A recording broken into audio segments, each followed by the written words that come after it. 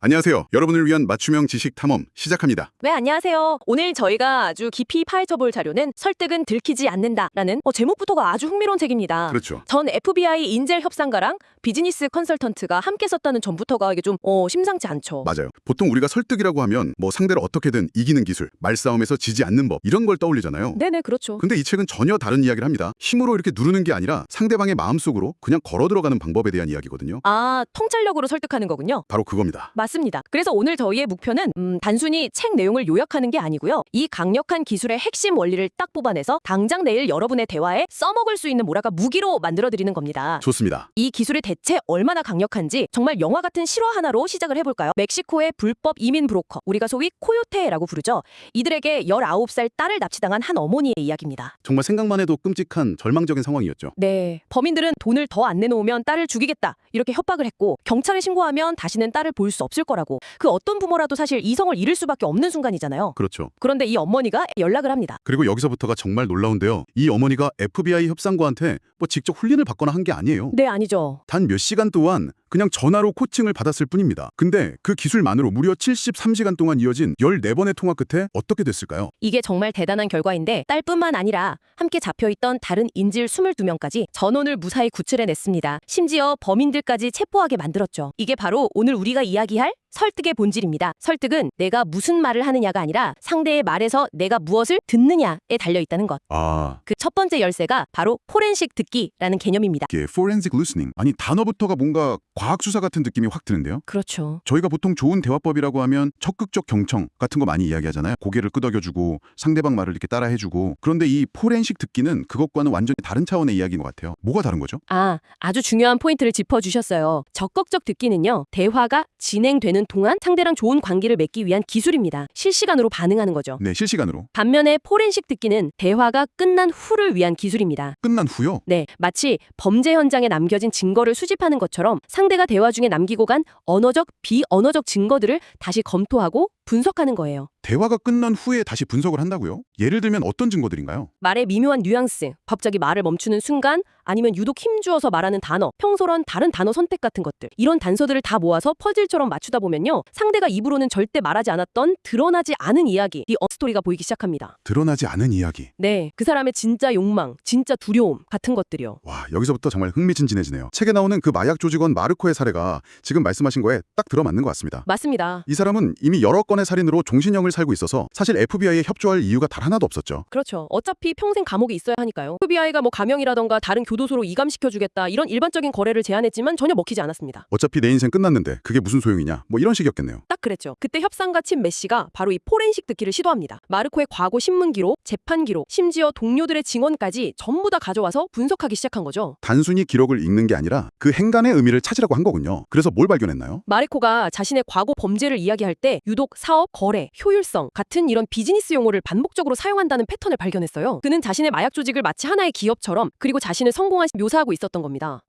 그 마르코의 그 드러나지 않은 이야기, 그의 진짜 욕망은 교도소 밖으로 나가는 자유가 아니었던 거네요. 바로 그겁니다. 그의 진짜 욕망은 동료 범죄자들, 심지어 FBI 요원들에게조차 멍청한 깡패가 아니라 아주 유능하고 성공한 사업가로 인정받고 싶은 그 인정 욕구였던 거죠. 이 숨겨진 욕망을 파악한 협상가는 다음 신문에서 접근법을 180도 바꿉니다. 어떻게 바꿨죠? 이렇게 말합니다. 마르코, 당신의 파일을 전부 검토해봤습니다. 솔직히 말해서 비즈니스 관점에서만 보면 당신의 행동들은 지극히 합리적이고 영리했습니다. 사업가로 인정을 해준 거군요. 네, 그러자 마르코의 태도가 처음으로 바뀌기 시작했어요. 그리고는 마치 자신의 경영 노하우를 전수하듯이 경쟁 카르텔의 약점이라던가 내부 정보, 오, 정말 속 드러난 자유라는 욕구 뒤에 숨어있던 인정이라는 진짜 동기를 찾아내서 그 부분을 정확히 공략한 거군요. 맞습니다. 근데 이게 사실 비즈니스 현장에서도 똑같이 적용될 수 있을 것 같아요. 예를 들어서 연봉 올려달라고 하는 직원이 있지만 사실 그 사람이 정말 원하는 건 돈이 아니라 자신의 성과를 인정받고 싶은 마음일 수도 있는 거잖아요. 정확합니다. 책에 나오는 임원 크리스텐의 사례가 바로 그런 경우죠. 그녀는 아주 유능했지만 너무 공격적이고 날카로운 성격 때문에 동료들하고 관계가 엉망이었어요.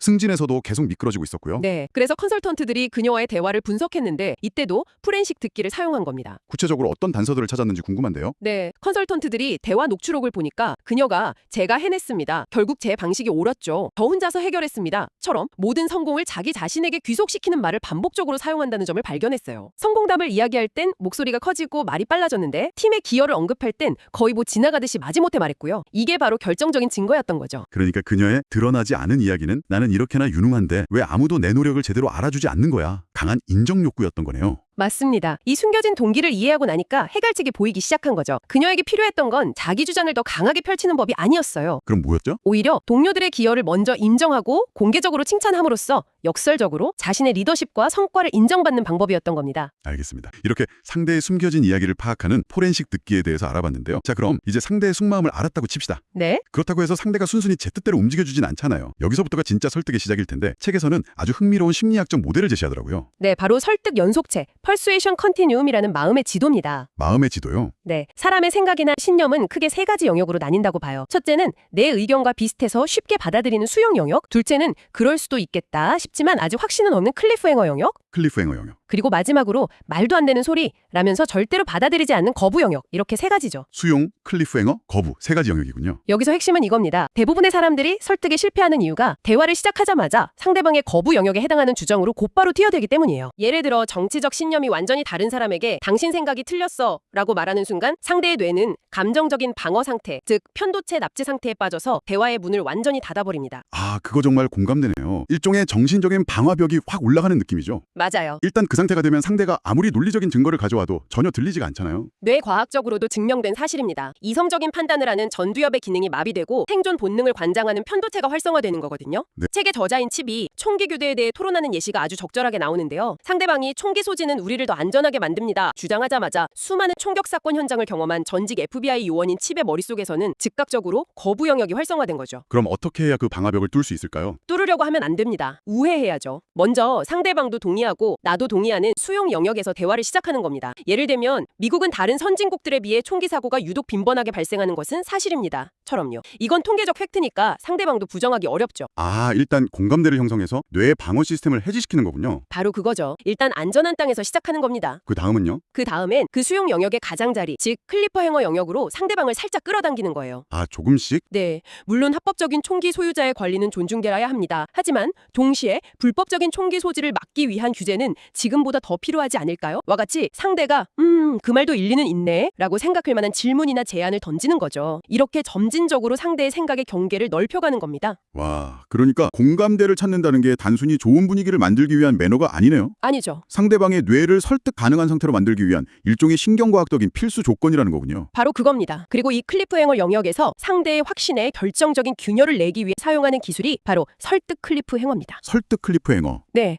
상대가 미처 생각지 못했던 정보나 문제를 던져서 그의 기존 신념에 공포, 불확실성, 의심, 이의 씨앗을 심는 거죠. 아, 공포, 불확실성, 의심. 네, 그 앤드류 카네기가 자신이 만든 철교가 안전하다는 걸 사람들에게 증명해야 했던 일화가 이 기술의 완벽한 사례입니다. 아, 네. 당시 사람들은 철로 만든 다리는 위험하다고 믿고 있었죠. 카네기는 다리의 강철이 얼마나 튼튼한지 데이터로 설명하고 그러지 않았습니다. 그럼 어떻게 했죠? 대신에 사람들이 코끼리는 본능적으로 무너질 다리를 건너지 않는다고 믿는다는 점을 이용했어요. 아, 그래서 서커스단 코끼리를 데려와서 그 다리를 건너게 한 거군요. 그렇죠. 사람들은 코끼리가 다리를 무사히 건너는 모습을 보고 자신의 눈을 의심하기 시작했습니다. 내가 틀렸나? 바로 이 순간이 그들의 확신에 퍼드가 심어지는 클리프행어의 순간이었던 겁니다. 와, 카네기는 논쟁을 한 게 아니라 잊을 수 없는 이미지 하나로 사람들의 믿음을 그냥 흔들어 부린 거죠. 정말 영리하네요. 이론은 정말 완벽한데 이제 이걸 당장 내일 출근해서 어떻게 써먹을 수 있을지가 관건이겠네요. 그렇죠. 많은 분들이 공감할 만한 상황, 바로 그 까다로운 상사를 대하는 법을 예로 들어서 구체적으로 한번 풀어보죠. 좋습니다. 책에 나오는 어밀리아와 그녀의 상사 제니스의 사례를 보죠. 제니스는 전형적인 예측 불가능한 상사였어요. 네. 어떤 날은 막 칭찬했다가 어떤 날은 사소한 일로 불같이 화를 내고 어밀리아는 매일 살얼음판 같았을 겁니다. 아, 정말 피곤한 스타일이죠. 대부분의 사람들은 저런 상사를 그냥 원래 성격이 이상한 사람이라고 단정하고 피하려고 할 텐데 어밀리아는 다르게 접근했군요. 네, 그녀는 포렌식 듣기를 장기적인 관점에서 적용하기 시작했습니다. 단순히 제니스가 하는 말을 듣는 걸 넘어서 그녀의 생활 방식 전체를 관찰하고 기록하기 시작한 거예요. 생활 방식 전체요? 네, 일종의 인간 행동 패턴 분석에 들어간 거죠. 구체적으로 어떤 것들을 기록했나요? 제니스가 주로 어떤 요일에 예민하게 반응하는지, 어떤 보고서를 받을 때 스트레스를 받는지, 반대로 어떤 종류의 칭찬에 기분 좋게 반응하는지, 심지어 몇 시쯤에 커피를 마시러 가는지까지 아주 사소한 것들을 전부 기록했습니다. 와, 거의 탐정 수준인데요. 그래서 어떤 패턴을 발견했나요? 제니스는 제니스는 매주 특정 요일 오후만 되면 유독 날카로워지고 업무 처리가 늦어진다는 패턴을 발견했습니다. 특정 요일 오후요? 네. 그리고 나중에 알게 된 사실은 그날 오전에 아프신 부모님을 모시고 병원에 다녀온다는 것이었죠. 병원에서 시간을 보내고 오면 업무가 밀려 있으니 극심한 스트레스를 받았던 겁니다. 아, 결국 제니스의 드러나지 않은 이야기는 단순히 변덕이 심한 상사가 아니라 유능한 관리자로 보이고 싶지만 아픈 부모님을 돌봐야 하는 개인적인 삶의 무게 때문에 너무나 힘들다는 것이었군요. 바로 그겁니다. 이 사실을 알게 된 어밀리아는 그때부터 전략을 바꿉니다. 제니스가 유독 힘들어하는 그 요일 오후가 되면 먼저 다가가서 오전 동안 처리해야 했던 업무들 제가 이렇게 요약해두었습니다. 그리고 가장 급한 마감일은 이것들입니다. 라며 그녀의 부담을 덜어주기 시작했어요. 제니스가 스스로를 유능한 관리자라고 느끼게끔 그녀의 내면적 자아상을 지지해준 거죠. 상사의 문제를 해결해 주려고 한 게 아니라 상사가 자기 자신을 긍정적으로 보도록 도와준 거네요. 맞습니다. 그 결과는 어땠나요? 둘의 관계는 극적으로 개선되었습니다. 제니스는 어밀리아를 자신의 가장 든든한 조력자로 여기게 됐죠. 상사를 내가 넘어야 할 문제로 보는 대신 내가 이해해야 할 한 인간으로 관점을 바꾼 것이 모든 변화의 시작이었습니다. 그런데 여기서 좀 비판적인 질문을 던져보고 싶어요. 어밀리아의 경우는 상사의 문제가 개인적인 사정 때문이라는 걸 알게 돼서 잘 풀렸지만 만약 상사가 그냥 정말 아무 이유 없이 성격이 나쁜 사람이라면요. 아, 그렇죠. 이렇게까지 노력했는데 오히려 그걸 약점 삼아서 더 이용만 당할 수도 있지 않을까요? 굉장히 현실적이고 중요한 질문입니다. 이 책에서 말하는 기술은 순진하게 착한 사람이 되라는 게 절대 아닙니다. 아, 그런가요? 오히려 그 반대죠. 이건 철저히 전략적인 접근입니다. 포렌식 듣기는 상대를 이해하고 공감하기 위한 것이기도 하지만 근본적으로는 상대에 대한 정보를 수집하는 행위입니다. 정보 수집이요? 네, 상대의 약점, 욕망, 두려움에 대한 정보를 내가 더 많이 가질수록 협상의 주도권은 나에게 넘어옵니다. 만약 상사가 정말 그냥 권력욕이 강한 사람이라는 패턴을 발견했다면 그땐 어밀리아와는 다른 전략을 써야죠. 그 상사의 권력욕을 채워주는 것처럼 보이면서 내가 원하는 것을 얻어내는 방식으로 보고서를 쓰거나 제안을 하는 겁니다. 그러니까 상대를 이해한다는 것은 그의 좋은 사람이 되어주라는 뜻이 아니군요. 그렇죠. 그의 작동 방식을 파악해서 내가 원하는 결과를 만들라는 의미에 훨씬 가깝습니다. 아, 이제 명확해지네요. 이건 착한 사람이 되기 위한 기술이 아니라 영리한 사람이 되기 위한 기술이군요. 맞습니다. 그럼 다른 상황에도 한번 적용해 볼까요? 예를 들어 많은 분들이 어려워하는 연봉 협상 같은 경우는 어떨까요? 제가 연봉을 올려주세요라고 말하면 상사는 늘 알다시피 지금 회사 예산이 빡빡해 라고 대답하거든요. 거의 뭐 자동응답 수준이죠. 이 영역의 벽을 어떻게 넘어야 할까요? 아주 좋은 예시입니다. 예산이 빡빡하다는 말은 상사의 확고한 거부 영역이죠. 여기에 대고 아닙니다. 예산 있습니다. 라고 싸우는 건 아무 의미가 없습니다. 그렇죠. 설득 연속체 모델을 적용해야죠. 먼저 수용 영역에서 시작하는 겁니다. 네, 부장님. 저도 요즘 회사 전체적으로 예산 문제가 얼마나 심각한지 잘 알고 있습니다. 다들 힘든 상황이라는 점에 전적으로 동감합니다. 일단 상대의 입장을 인정해주면서 방어막을 내리게 만드는 거군요. 그렇죠. 그 다음에 클리프 행어 영역으로 이동하는 겁니다. 어떻게 하죠? 그래서 당장 예산을 증액해달라는 말씀을 드리려는 건 아닙니다. 다만 제가 작년부터 맡게 된 이 프로젝트의 책임과 성과를 고려했을 때 현재의 직급이나 보상 체계가 이걸 제대로 반영하고 있는지에 대해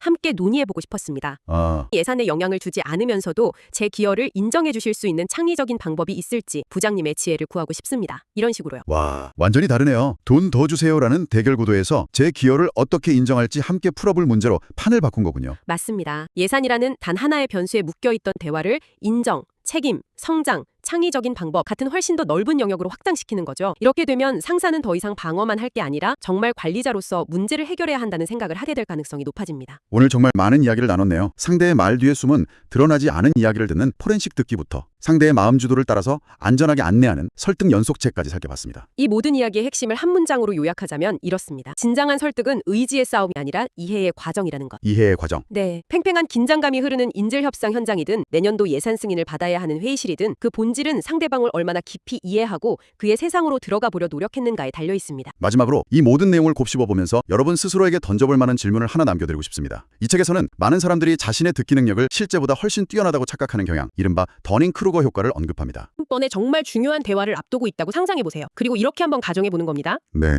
나는 지금 상대가 정말로 전달하려는 내용의 %밖에 듣지 못하고 있다라고요. 와, 퍼센트만 듣고 있다. 그렇게 생각하는 순간 대화에 임하는 태도 자체가 완전히 달라질 것 같은데요? 그렇죠. 그 가정이 여러분이 던지는 다음 질문을 어떻게 바꿀까요? 그리고 대화가 끝난 뒤 여러분이 찾아내려고 노력할 그 숨겨진 단서들을 어떻게 바꾸게 될까요? 아마 모든 것이 달라 보일 겁니다.